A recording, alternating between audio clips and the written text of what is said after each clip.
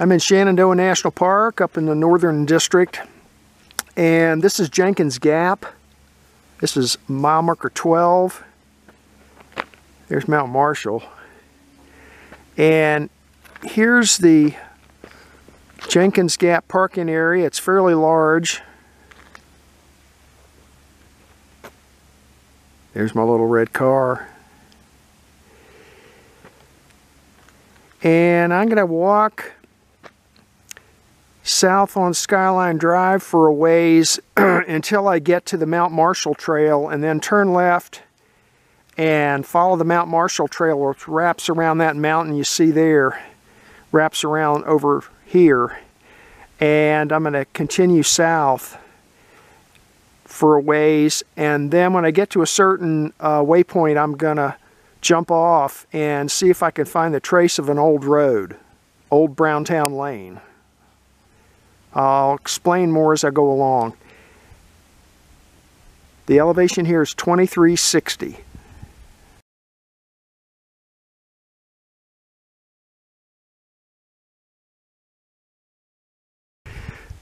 Here's Jenkins Gap overlook. This is looking to the east. There's Mount Marshall. That's where I'm headed. Mount Marshall Trail's over there. Here's Skyline Drive heading south. And the parking area is right back there, off to the left.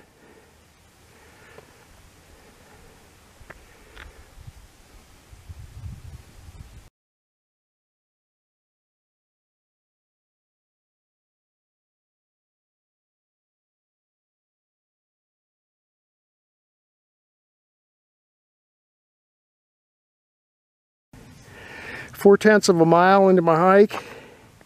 The elevation here is 2440, and this is the Mount Marshall trailhead up here, the northern end of it. This trail runs generally north to south, and it goes on for quite a ways, almost 6 miles. That's where I came from. Parking lot, and the overlook's up that way. So we're going to turn left here and start heading down the Mount Marshall Trail.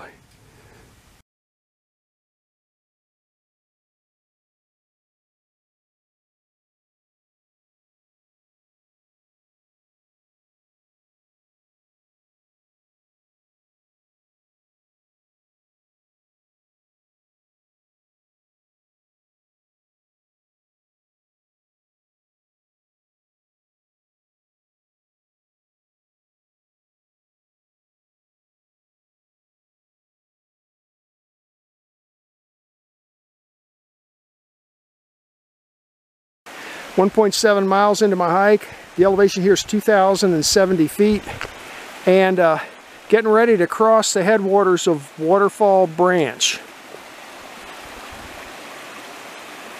There it is coming down the mountain.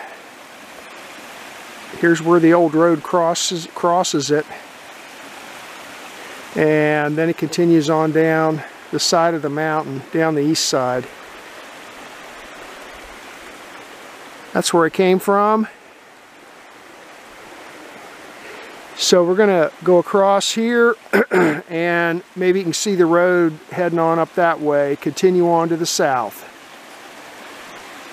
And let's see, we've got about another 3 or 4 tenths of a mile until I get to my jumping off waypoint.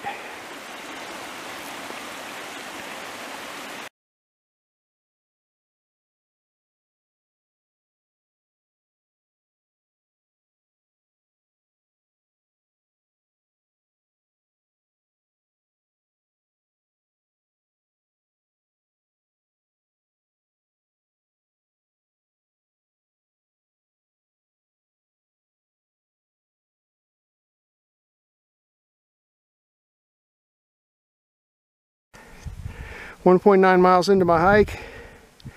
The elevation here is 2140, and that's the way I came from.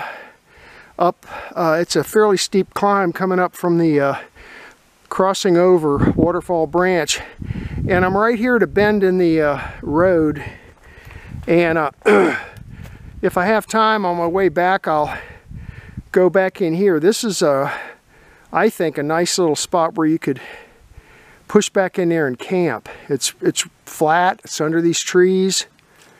Now during the summer some of this growth will come up and be in your way, but you can push your way back in there. I'll mark it on my GPS.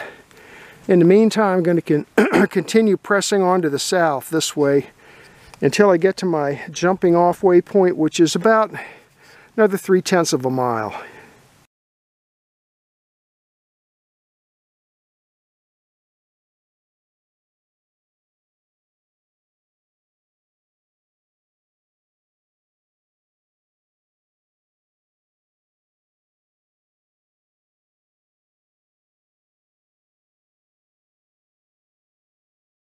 .3 miles into my hike. The elevation here is 2150, and I'm at my jumping off waypoint. And I'll explain more when I do the map talk, but that's my GPS beeping telling me I'm there.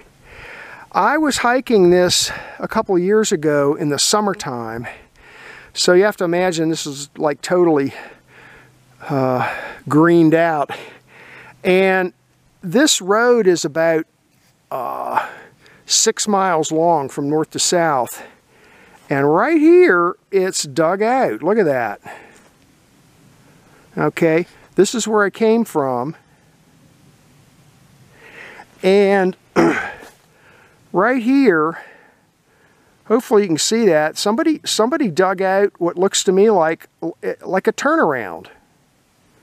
And I'm thinking to myself, this is in the middle of nowhere. Why would there be a turnaround here? So I got the coordinates and I started comparing them to the old maps like 1905. And sure enough, right here in this location, over here on the east side, they show a road coming up here from the east, from down around near like Flint Hill area. And today, the part of this road that comes up that was outside the park goes by the name Old Browntown Lane. So I'm going to jump off here and look down through here and see if I can find any traces of the road. But this was definitely something, because this is all dug out here. And it looks like they dug it out and they used it to fill in over here. So, I mean, you've got a place up here that's big enough that even if you had a truck coming up here from the old days, you could you could turn around if you needed to. And this is the only one of these on this entire 6 mile long road right here. Now, what I think they did, and I'll show this on the map talk, I think they came up from the east and then turned right and headed back the way I came, heading north, up to Jenkins Gap. When you get up to Jenkins Gap, you go across the gap, and then you go down the west side on a trail that has another name now. I forget what it's called. But anyway, it's an old road too. It goes down the west side, and when you get to the bottom, guess where you are? Browntown. So I'm going to go down here and look around some. I tried to look around a little bit when I was here 2 years ago, but it was just too overgrown.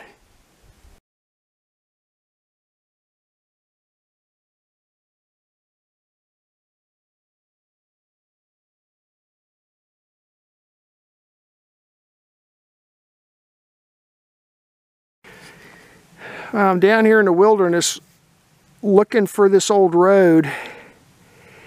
I don't really see something that I would definitely call a road. I'm kind of in a gully right now, but it could be just a drainage gully. I'm not sure. So I'm just kind of hiking along a bearing here until I get about I might go another 1/10 of a mile until I get down to the park boundary and see what I can see down there, and then come back. Here I'll do a real quick 360. This is, I mean, in the summertime you wouldn't be able to see anything. It's kind of nasty and gnarly down here too. Back up that way is Mount Marshall Trail. Lots of thorny plants down in here trying to get me. I don't know. That could be it right over there. I'm going to go over there and take a look at that too. Because the Park Service, when they closed these roads off, they had a way of cutting down trees and stuff to block them, so you couldn't use them anymore. Here's another way too. So I might just go this way. I'm going to wander down here, maybe to the park boundary if I can get that far.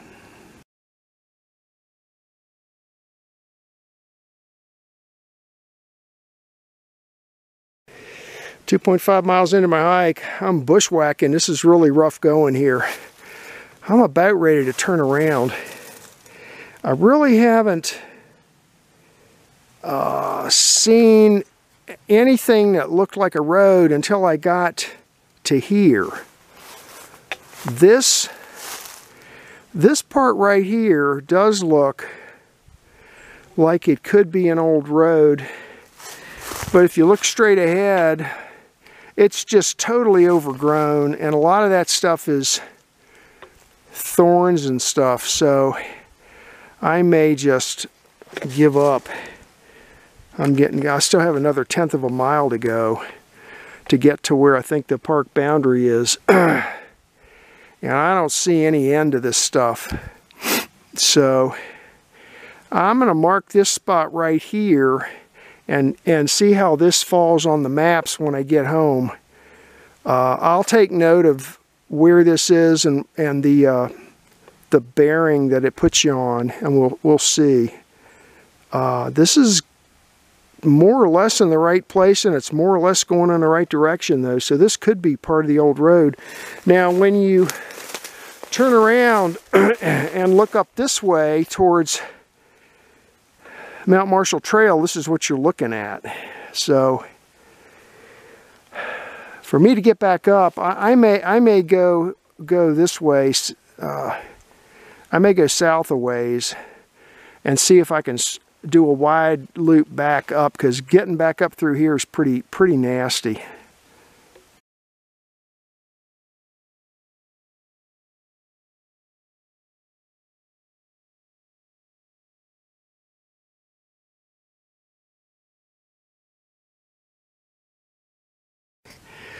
.6 miles into my hike, I'm back up at 2,200 feet.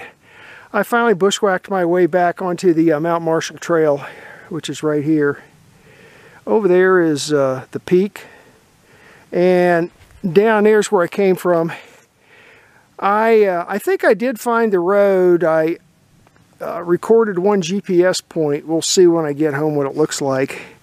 But I got about halfway to the park boundary and I decided it wasn't worth it. That's some really nasty hiking back in through there. There's a lot of thorns and stuff. Blown down trees, all kinds of nasty stuff down in there. So I satisfied my curiosity, wore myself out satisfying my curiosity. So anyway, I'm fairly close to another potentially abandoned road a little further south. Let's see, about 2/10 of a mile more, just before I get to Spruce Pine Branch. So I may go down here since it's still it's before noon still. So I'm gonna walk down here and we'll take a look and see if I can see any trace of this other road. I'll point it out when I do my map talk. If not, I may go to Spruce Pine and then just turn around and start heading back.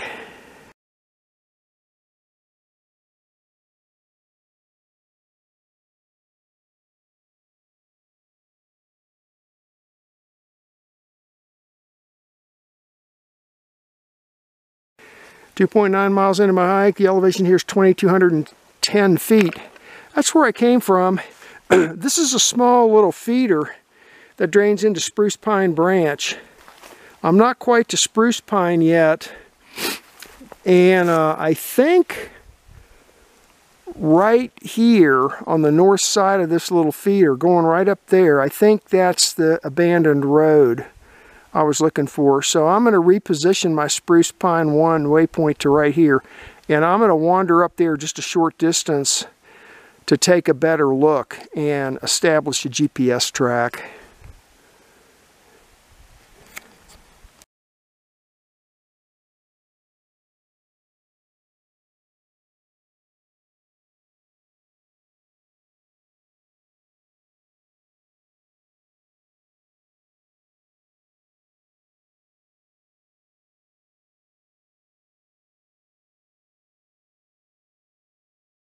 .7 miles into my hike. The elevation here is 2160, and this is the camp spot that I pointed out on the way hiking out. The Mount Marshall Trail's over there a little ways. I pushed back in here so you could see what it's like. There's a huge tree here. It's actually two trees that grew together. See that?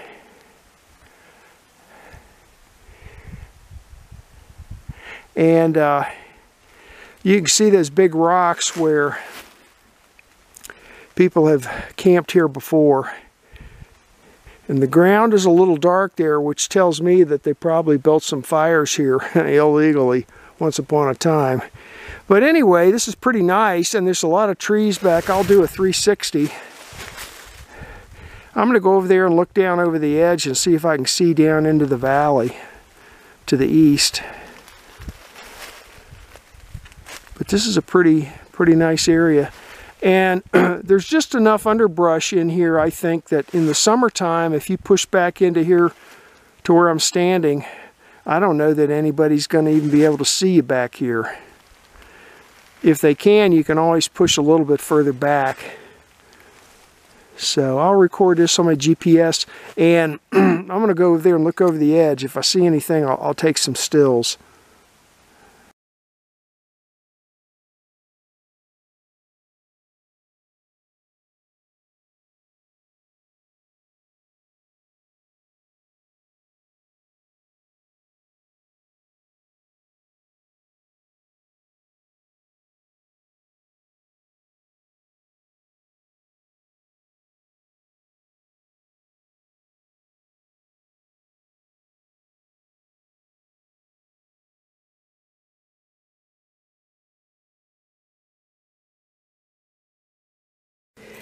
This is a map of today's hike.